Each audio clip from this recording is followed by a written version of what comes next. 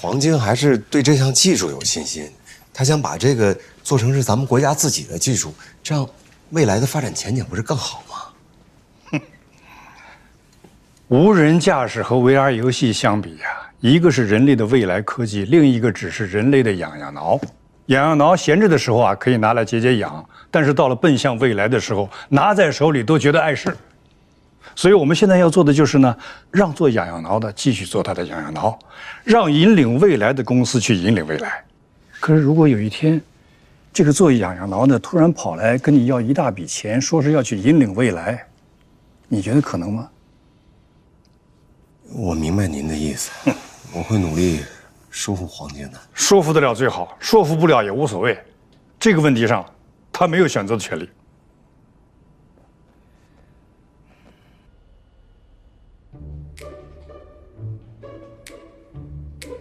这就是你订的房啊？这怎么会是我订的呢？这是公司行政订的，有什么问题吗，董总？要不我现在给行政打个电话。公司什么时候这么小气了？出个差要住3人间，那还住什么酒店呀？住大车店得了。会不会是公司最近出差经费有问题啊？哦，我知道了，肯定是想让咱们照顾一下李总。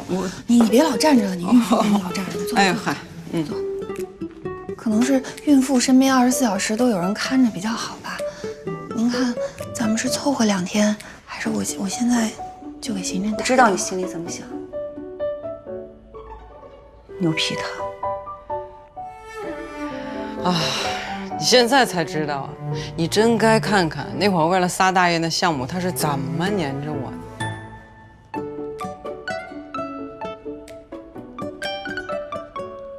我睡这儿。哦，好的，那我睡这儿。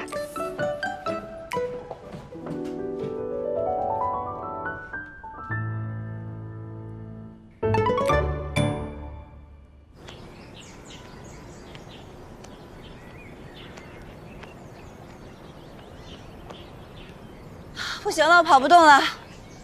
一大早的就折腾，你想跑步你自己跑，非拽着我干什么呀？哎呀，早上起来跑跑步，多喝点水，锻炼锻炼身体，养成良好的生活习惯，有助于缓解对酒精的依赖。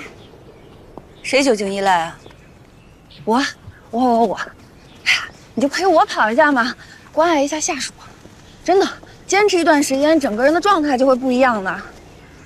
你这么做没有任何意义。为什么呀？你不可能永远都看着我。出差就这么几天，你想在几天内改变谁是不可能的事情。什么？你看啊，罗马假日，1天的假期，难忘的爱情；还有那个泰坦尼克号，1天半的爱情，半个世纪的怀念。你可真够能扯的。几天就够了，最起码让人知道生活中有其他的可能性。戒酒真的是需要长期的坚持，不能一蹴而就。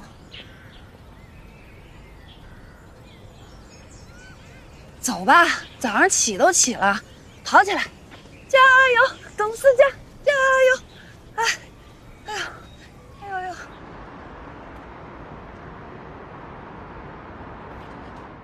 好啦，妈妈回到妈妈的房间啦。妈给你看一个有意思的东西，好不好？等一下啊，妈妈把电脑打开，哎，给你转过去，看。妈妈，这是我的兔乖乖，你怎么把它带走啦？哎呀，因为妈妈想你啊，可是又不能把你带走，你现在上学前班了。妈妈带着你的兔乖乖，就像带着你旅行一样，好吗？可爱吗？可爱。妈妈，我能把我的兔乖乖的旅行照片给我的朋友看一看吗？当然可以啦，我现在就发到爸爸的手机上啊。好。我们先把电话挂掉，拜拜。行啊，这次出来出差就不用内疚了啊。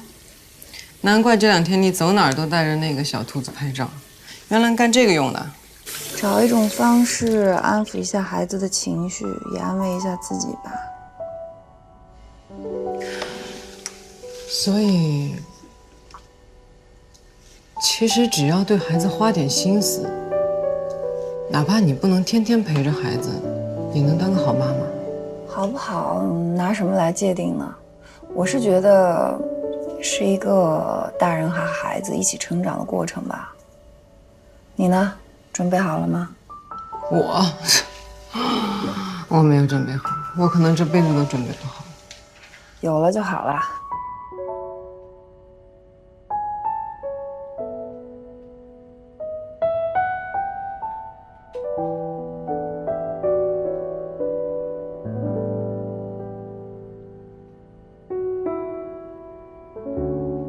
对了，这是3大爷合作的几个公司，我看了一下，有1、2个还算靠谱，我帮你标好了。太感谢了。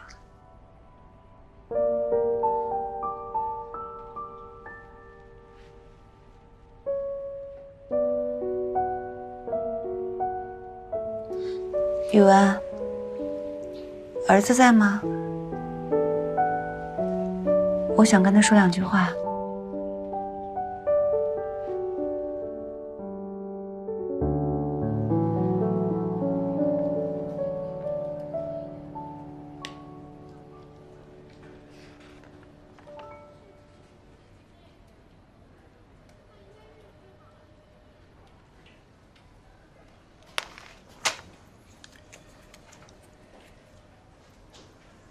你们谁能告诉我，这写的是什么？北宋风云啊！你不是说这期写北宋风云吗？北宋是中国历史上文化和政治的一个高峰，有司马光、苏东坡，这么多名人都不写，你们不写文坛可以写政坛呀。你们倒是把那些胡编乱造的宫廷秘史都给写全了，这些东西跟历史有半毛钱关系啊！你没做过公众号，请别乱说。你去看看别的公众号都是怎么写的，我们这算好的了，至少还不算标题党呢。这些就是你们平时对工作的自我要求，对吗？眼光只是向下看，眼睛里只有比你们差的，对吗？唱高调谁不会啊？但现在就这风气，大多数公众号那就是给家庭主妇看的，一边喂孩子，一边消遣消遣。你写深了他看不懂，你不了解外边形势，你还不了解他们的状态吗？说够了没有？你们在背后怎么议论我没有关系，我不会计较的。但是今天你们这样的工作态度，你们自己那口饭有底气继续吃下去吗？为了博人眼球，连祖宗都忘了；为了这点可怜的点击率，连自己脸都不要了。你们有功夫在背后嘀咕别人，为什么不能把这点功夫放在工作中，把自己的工作做好呢？为什么不可以呢？就是因为有你们这些人，你们写的这些文章，让我们的历史变成了被人随意践踏的东西，让我们这些学历史的人在别人眼中变成了废物，被别人看不起。你们还一个个瞧不起那些家庭主妇。我告诉你们，你们对社会做出的贡献，远远比不上那些家庭主妇。鼓掌啊，说的多好啊！哎呀，看不出来你还有点脾气啊。但是光说狠话没用，你这么大才，要不然你写一个我们学习一下。行，我写。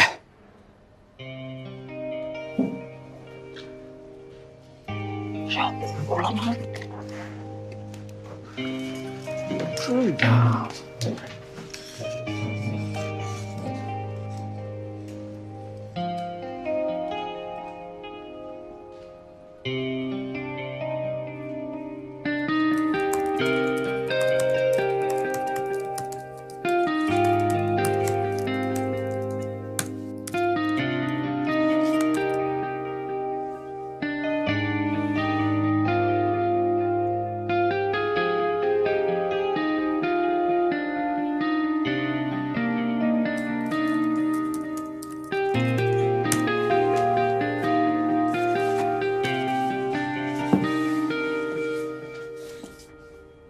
这是？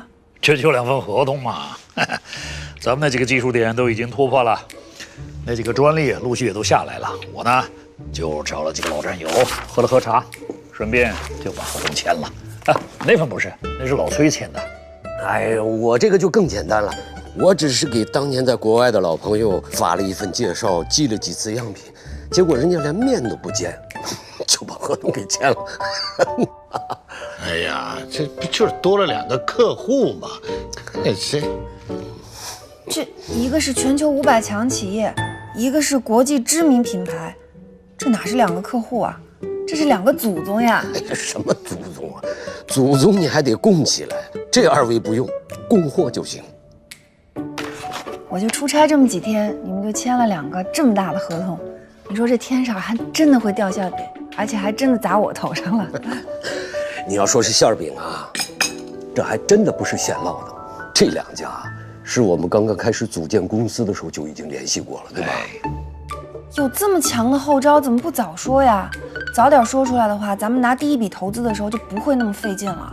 哎，八字还没一撇就拿出去说，那有忽悠人的嫌疑。现在不一样了啊，白纸黑字签了，老听了，再告诉你，这不更好吗？可真沉得住气。3个人加在一块都200多岁了，还沉不住气啊？对呀，必须要沉住气，你也一样。那等着消息公布了，公司的估值还不得翻倍啊？翻倍，不止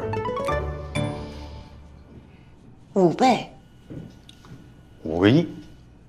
真的？这不是我说的，这是市场估值。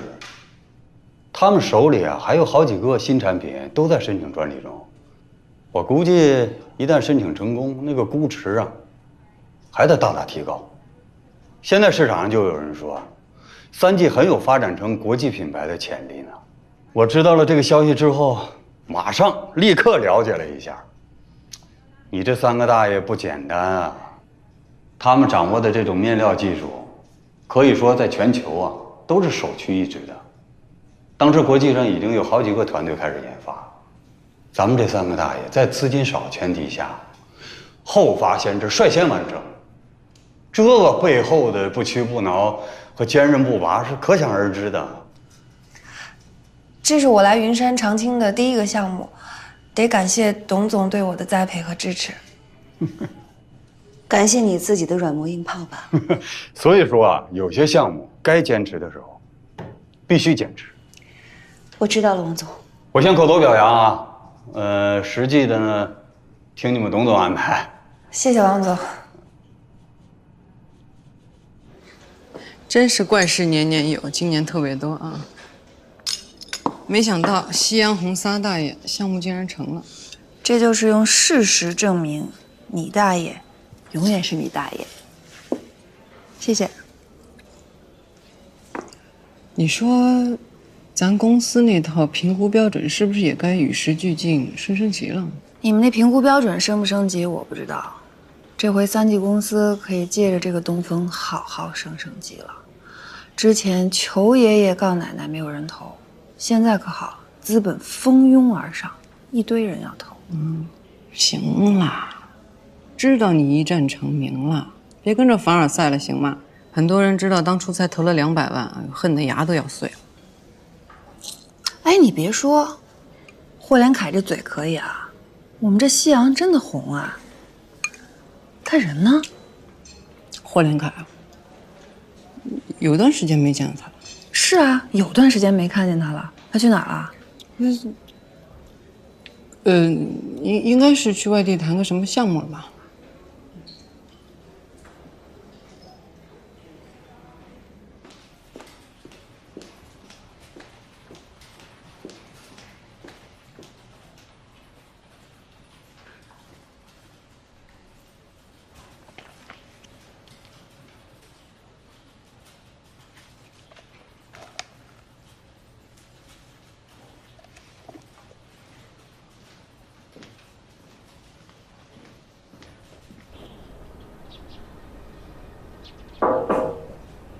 张主编，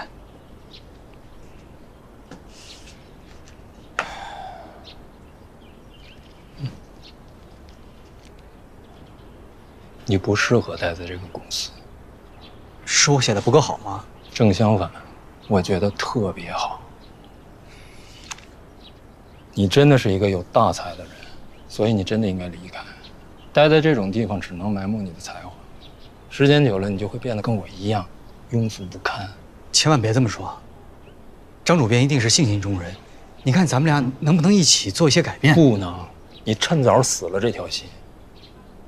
我也是正规学历史出身的，开始我也像你一样想真正干点什么，但是白扯。除了你自己，剩下的什么都改变不了。我是为生活所迫，只能在这儿混着，每个月那么点工资。那帮家伙写的东西狗屁不通，我知道，我不在乎，我胡他妈care啊！只要老贾没意见，他们写成什么奶奶样我都能过。你行吗？你能吗？你是能混的人吗？再说了，你老婆不是挺有钱的吗？你何苦在这受这个气呢？你们家不等着米下锅？你这种大才的人，你完全可以，你就应该自己去干一番真正的事业。张主编，我觉得我们可以一起干一番事业。我们应该先带个头，用不了多久，整个公司就会变成另外一个新气象的。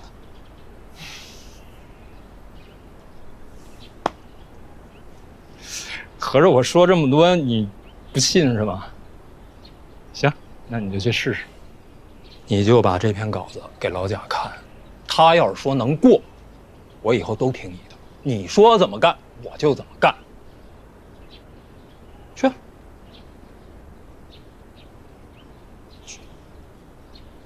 贾总，我也是头一回写这种公众号的文章，如果有什么写的不足的地方，您尽管说。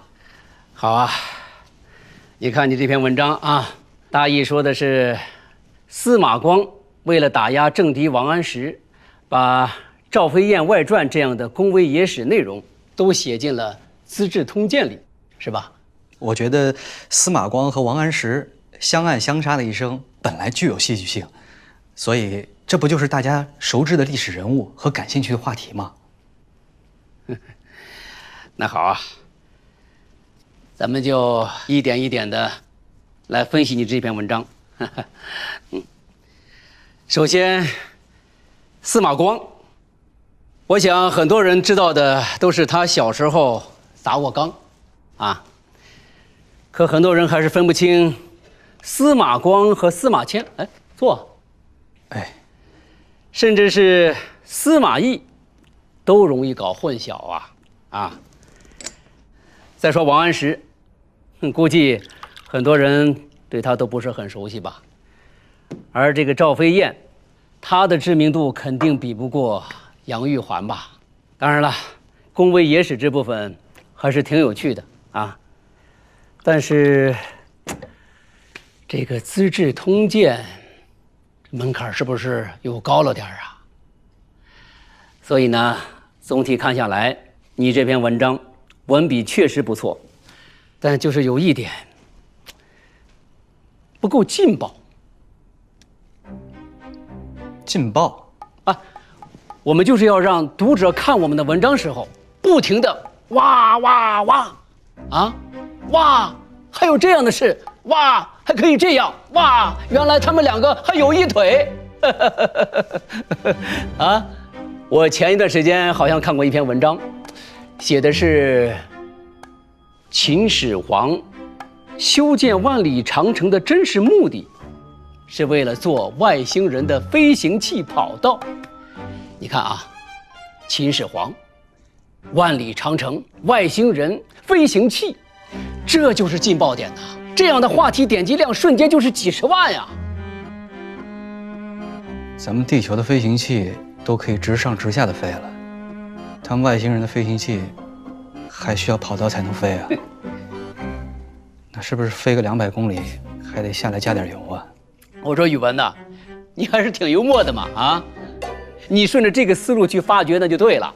反正啊，现在没人要看真正的历史啊，现代人最感兴趣的那就是那些猎奇、搞笑、狗血的东西啊。你要是能够开窍，写这些劲爆的话题，再加上你这么好的文笔，我敢保证，你在这个圈子里绝对可以日进斗金。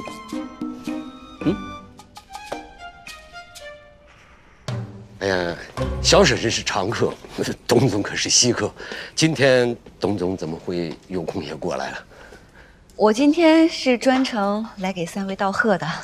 3G 公司能够在这么短的时间内取得这么大的飞跃，跟3位稳扎稳打、厚积薄发的精神是分不开的。这真的是值得我们后辈学习。董总过奖了。其实我们董总今天来呢，是想跟3位商量一下后续融资的问题。哎，这个我问一下，后续准备融多少钱？后续融资是大事儿，这关系到公司今后的整体发展。3位放心，我们云山长青一定会尊重3位的意见。咱们现在可是香饽饽，所有的资本都蜂拥而上，争着抢着投咱们呢。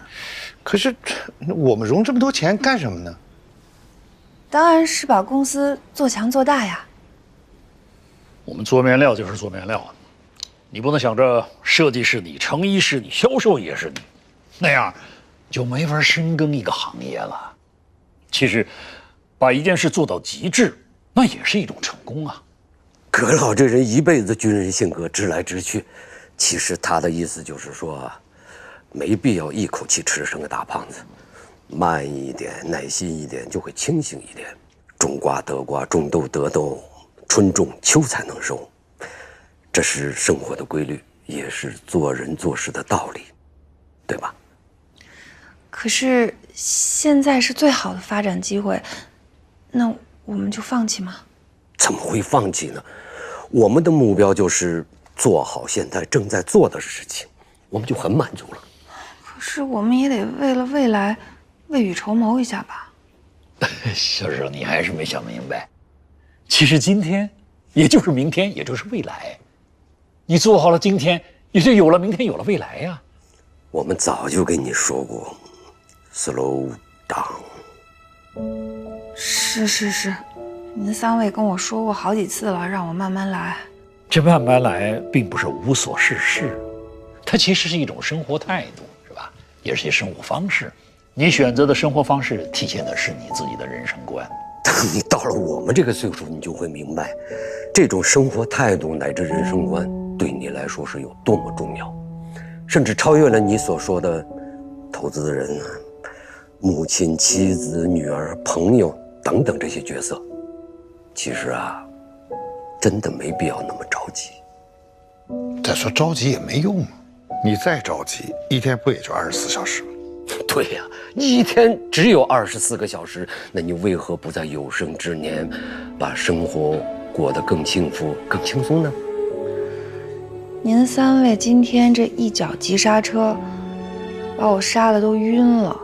什么今天该干什么，明天又该干嘛？你今天的工作已经结束了，你就开开心心的回家陪女儿玩、放松，然后吃饭睡觉。等到明天，你就会发现，和今天一样精彩。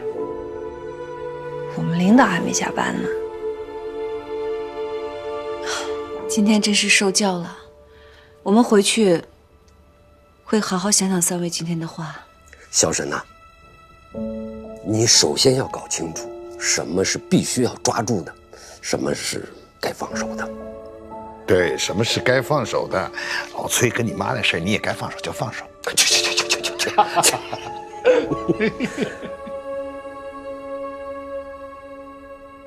你妈跟他们认识？不，最近刚认识的。这仨大爷确实是与众不同，被热钱砸晕的我见得多了，但是在资本面前能保持冷静的倒是不多见。我跟他们接触的这段时间，也不断的从他们身上学到新的东西。事实证明，你当初的坚持是对的。年纪大的人创业有年纪大的优势，老科学家确实活得透彻。董总，您今天运动了吗？我跟你聊仨大爷呢，你给我扯什么运动啊？是聊仨大爷呢，这不是仨大爷说的吗 ？Slow down， 还慢慢来，给自己留点时间，要不然趁着午休，咱们俩约趟瑜伽课吧。呀，不行，我中午的时间已经约出去了。那可太好了。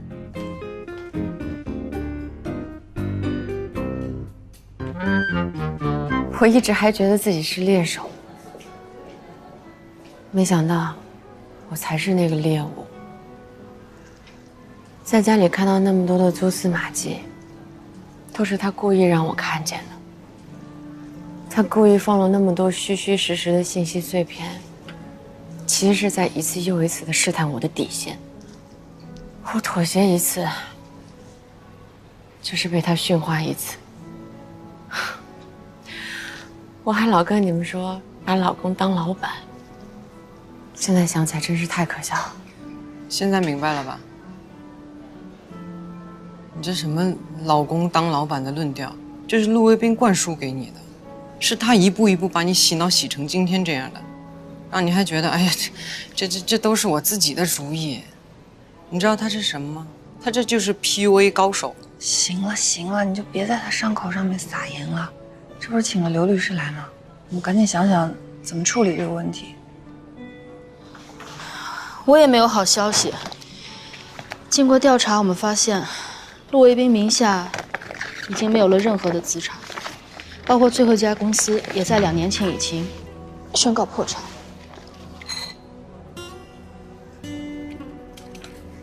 不可能，他怎么会破产？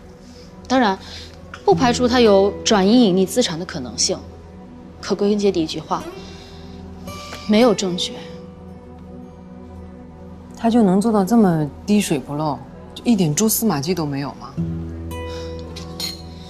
反正从明面上看，确切证据确实没有。但经过调查，我们也发现，有一家叫马路丽莲的公司，有可能跟他还有关系。刘律师，我请你无论如何，一定要帮我查，不论他把钱或者是财产他转到哪儿，请你一定要帮我查清楚。谢谢。会尽力的。马路丽莲怎么了？想知道陆卫兵是不是股东，或者有没有人帮他代持股份？你可能不知道，陆总还有一个身份，马路丽莲的大股东之一。可是股东名单里没我是吧？那鸿飞呢？原来是鸿飞帮您代持的啊！你怎么突然想问这个了？他现在正在跟蒋静离婚呢，他想通过转移财产让蒋静净身出户。我还以为他们过得挺好的呢，怎么突然想离婚啊？哎，原因很复杂，我一句两句也说不清楚。总之，现在从离婚协议上来看呢，蒋静是1毛钱都分不到，唯一能查到的就是陆卫兵跟马路丽莲这个项目可能是有关系的，所以我想问一下你，看看能不能帮帮蒋静。在法律允许的范围内，我怎么帮你都行。什么意思啊？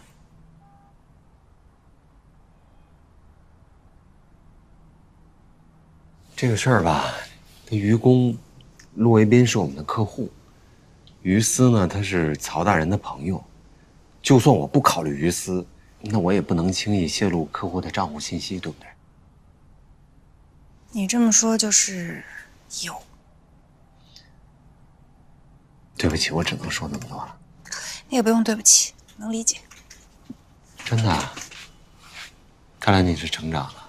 这要搁以前，你一定会跟我大吵一架，说违背良心和违背职业道德到底哪个更恶劣？都挺恶劣的，我再想想办法吧。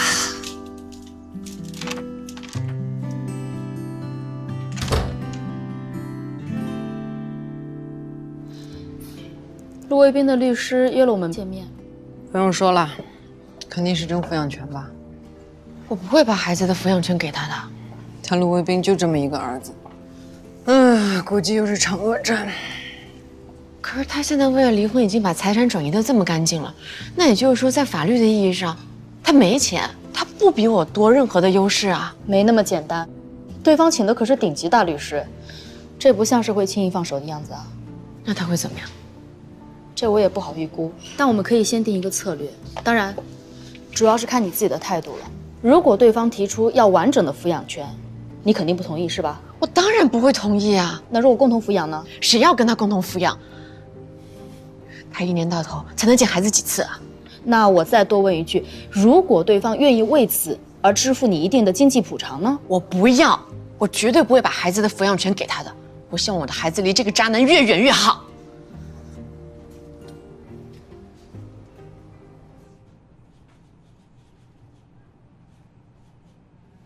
其实今天请大家过来呢，主要就是走个程序。我方当事人认为，一切离婚问题都遵照相关法律执行就可以了。刘律师应该已经了解了啊。陆先生和蒋女士呢，几乎没有什么可以分割的婚后财产。那至于婚前财产呢，这份协议已经约定得非常明确了，包括双方目前共同居住的房屋以及房屋内所有名贵物品，都属于婚前财产。所以，如果两个人离婚了，蒋女士不得对以上财产进行分割。关于孩子抚养权问题，贵方有什么主张？抚养权问题，我当事人没有主张，我们尊重蒋女士的意愿。我主张要孩子的抚养权，而且要完整的抚养权。这没问题啊，我方愿意按照法律规定，每月支付相应的赡养费。你不要孩子？你不要的话，我可以要啊。那不过这样的话，我们就不再支付抚养费了。如果你要的话，你带走好了，我不争。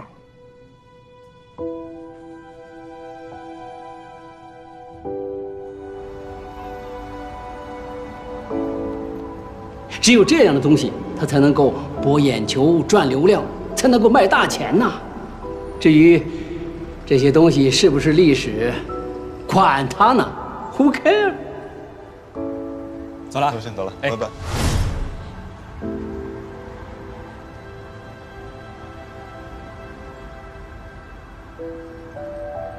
这水煮鱼也吃了，螃蟹也吃了，还想吃啥呀？吃什么？吃什么呢？要不吃火锅鱼吧？没有了，再吃就吃不下了呀。螃蟹也吃了，小龙虾也吃了。小龙虾比螃蟹好吃是吗？那家湘菜其实也不错的呀，是吧？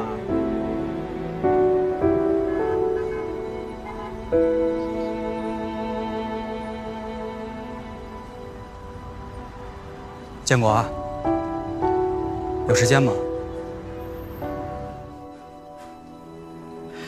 怎么今天有空来看我了？有事儿啊？没事儿，这不正好在你们单位附近吗？我也想回出版社看看。哎，不是听说你去了一家文化公司当总监吗？怎么？你这个想起回社里的事儿了？可能看不见去路，就容易像当初吧。怎么叫看不见去路了？其实前几天我跟郑智和王松聊天的时候，还说起你了。你的才华，我们几个都挺佩服的。但是这几年你在家里待的，说实话，我们都觉得挺可惜的。啊，对了，郑智还觉得挺不好意思的，就是上次你过生日那回，他心情有点不太好，喝多了，所以调侃的话呢，就有点说过了，你别介意啊。有吗？我没觉得呀。哎呀，你这个人啊，老像是出了世间离了凡尘似的。我觉着，你就别想那么多。既然决定出世了，那就干出点动静来。高人才叫出世，我就一俗人，就一凡人。我这最多只能叫为五斗米折腰。怎么，总监干得不太顺心啊？说心里话，从本心上讲，这工作不是我想干的。但是我想的是，既然干了，就应该干好，就应该干出点实事来。我原本以为这家公司的问题可以靠吃药、打针，再不行就换换血、排排毒，可以得到有效的解决。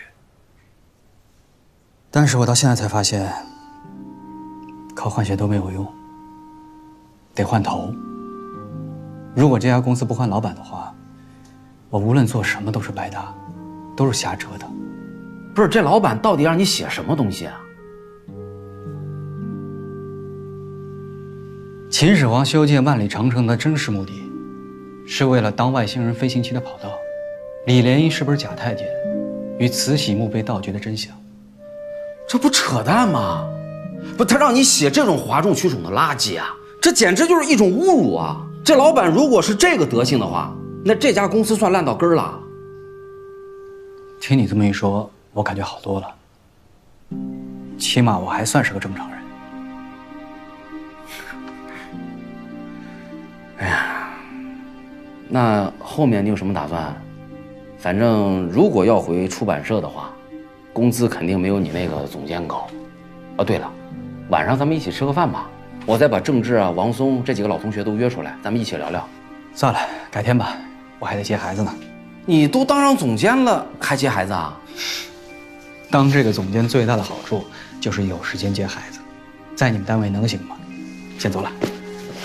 哎，宇文啊，你真打算以后写什么外星人啊、假太监、慈禧墓啊？走一步看一步吧。改天我请你。行，慢点啊。哎。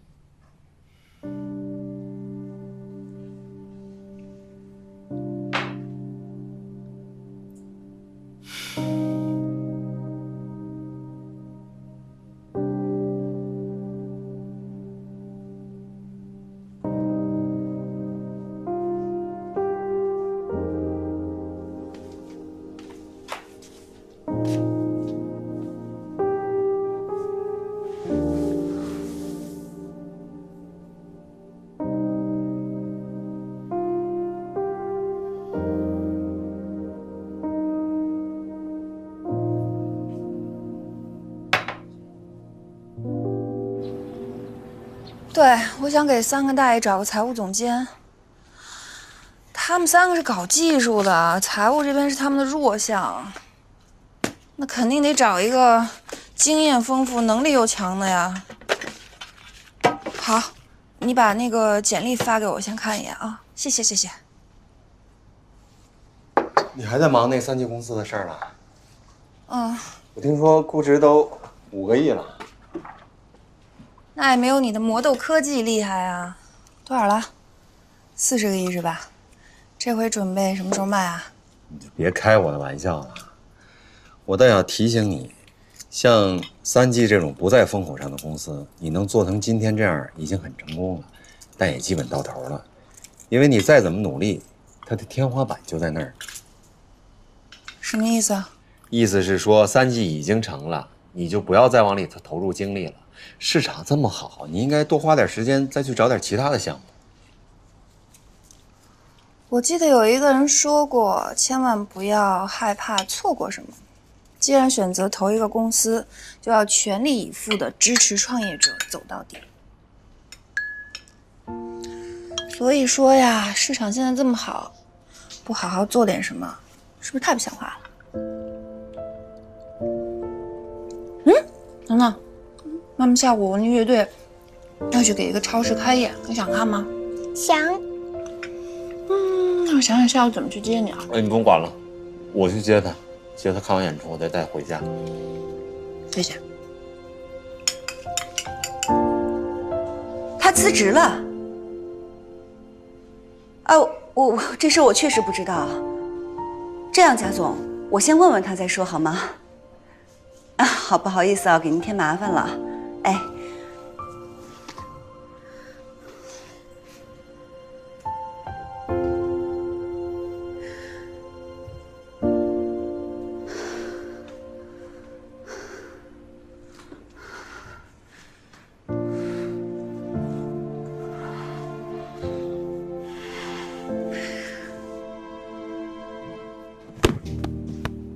你这是要把夕阳红做成产业链呀？上午给大爷投资开公司创业，下午去给超市门口的大妈唱歌。可是你这经济账没算明白啊！你给大妈唱一场才100块钱，可你请2小时假就得按半天算。你知道半天扣你多少钱吗？你这属于自己贴钱去唱啊？可能咱俩算账的方式不太一样吧？我为什么要贴钱去唱呢？我组乐队唱摇滚是因为我心情舒畅，我只有心理健康了，体力充沛了，我才能当一个更有创造力的员工啊！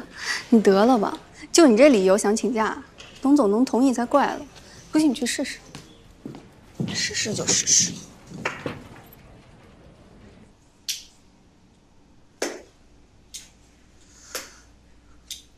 董总，我下午想请2个小时的假。需要说理由吗？我自己有一个。去吧。谢谢董总。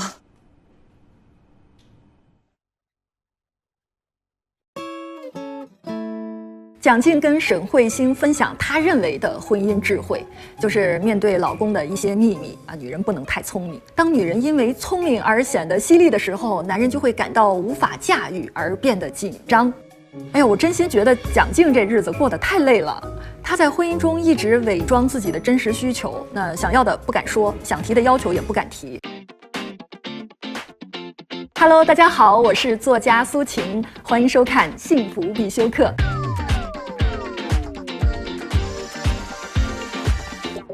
现在有一些鸡汤言论啊，鼓励女人一天得换几套衣服啊，时时刻刻得化着妆，永远让老公只看到你最美的样子。那有人说了，这叫把最好的一面展示给对方看呀。但是你整这么累，干嘛要结婚呢？婚姻本来就是生活的大后方，是职场疲惫的时候唯一一个可以喘息的地方。那伴侣更是我们为自己挑选的唯一一位没有血缘的亲人。那2口子面前还要伪装，我觉得特别对不起自己。那说到婚姻呢，有一句话特别经典，说2个人因为不了解而结婚，又因为了解而离婚。其实说的就是这种在情感中立人设的夫妻呀。其实就算是伪装真实的需求，可以更好的维系婚姻，那我也不支持。因为如果一段婚姻不能让你做真实的自己，在漫长的几10年里，那无疑是一场精神虐待。关于婚姻的需求呢，还有另外一个问题。你看盛江川就说了，婚姻中最痛苦的是你努力给对方最好的，却发现不是对方真正想要的。那怎么去了解对方真实的需求呢？其实很简单呀，你问他呀，啊，老婆你爱吃车厘子吗？老公你怎么就想办高尔夫会员卡了呢？啊，咱们千万不要认为好的爱情是不说也懂，更不要认为说他不懂就是不爱我了。人每天都在变化，那你的喜好和需求也是在不定期的更新之中的。真正的懂呢，都是聊出来的。所以婚姻中嘴勤快点，很多事情就都不是难事儿了。